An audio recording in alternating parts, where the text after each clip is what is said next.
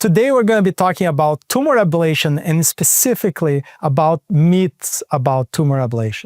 Number one, tumor ablation is experimental. This is completely not true. There is so much data about tumor ablation. Indeed, for tumors like, for example, renal cancers, it's proven that ablation is as effective as surgery. In fact, it is the number one recommendation for tumors less than 3 centimeters. Number two, ablation is for people who can't have surgery. That's also not true. In patients who have liver metastases, of course, you can do a surgical resection and remove 2, 3, or 4 tumors. But what if other tumors show up later? At some point, you're going to run out of liver, and you can't really live without your liver, right? The ablation only takes a small margin of normal liver around the tumor, which is minimal, as opposed to the surgery, which will take a big piece of liver. Number three, if you don't cut the tumor out, it won't go away. That's only partially true. When you do the ablation, you actually put a needle into the tumor and you cook it. You will destroy that whole area,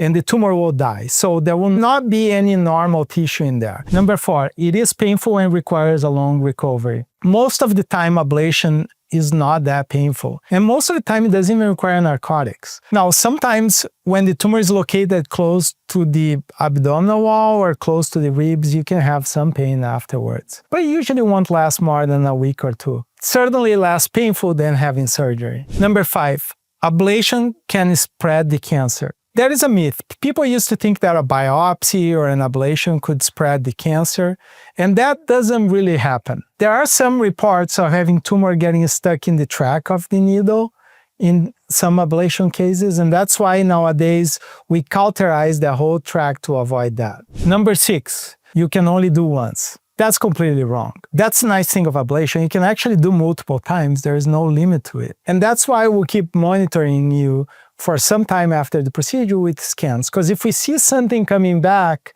we can certainly go back in and ablate it again. Number seven, it is less effective than chemotherapy. Well, that depends. Of course, if you have a small tumor, ablation is actually a lot more effective than chemotherapy. And why would you want to have chemotherapy that you have all the systemic side effects when you can just target that tumor and kill it for good? No, you would prefer to do ablation in those cases, right? Thank you for joining me in Minimally Invasive Insights. I'm Dr. Fabio Komlos, and I'll see you in the next one.